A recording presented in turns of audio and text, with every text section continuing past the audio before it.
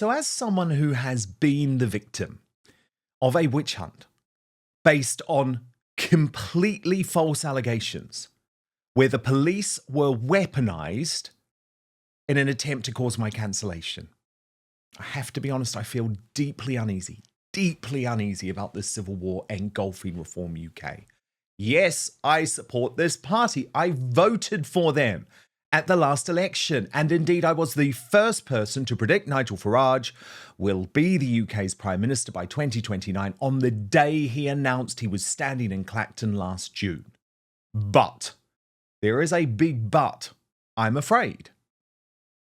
Because to see this party implement the dark and devious tactics of the left, spurious HR complaints about so-called bullying of woke snowflakes, dragging the police in over hurty words, well, it just goes against everything I thought reform is meant to believe in.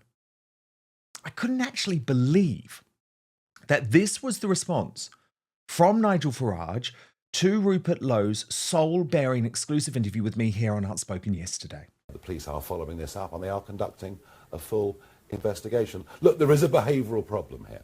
There has been a behavioural problem for some months. And sure enough, the headlines this afternoon confirm a Met Police investigation into Zia Yusuf's claims has been launched by the Met, even though Rupert knows nothing about it. And I have to be honest, I would much prefer the Met Police were focused on burglaries, on muggings, on rapes, on grooming gangs. But Rupert has made it clear he isn't taking Nigel's claims lying down. He posted on X, "Mr. Farage has openly lied about me on national television. He must urgently apologise, retract and correct the record. Their malicious witch hunt against me has fallen apart." And that's before you even get to Yusuf's claims that have resulted in the police investigation. So, Reform's chairman says that Rupert made some sort of death threat against me, but in our exclusive interview, Rupert Lowe insisted that just isn't the case. We had a frank conversation.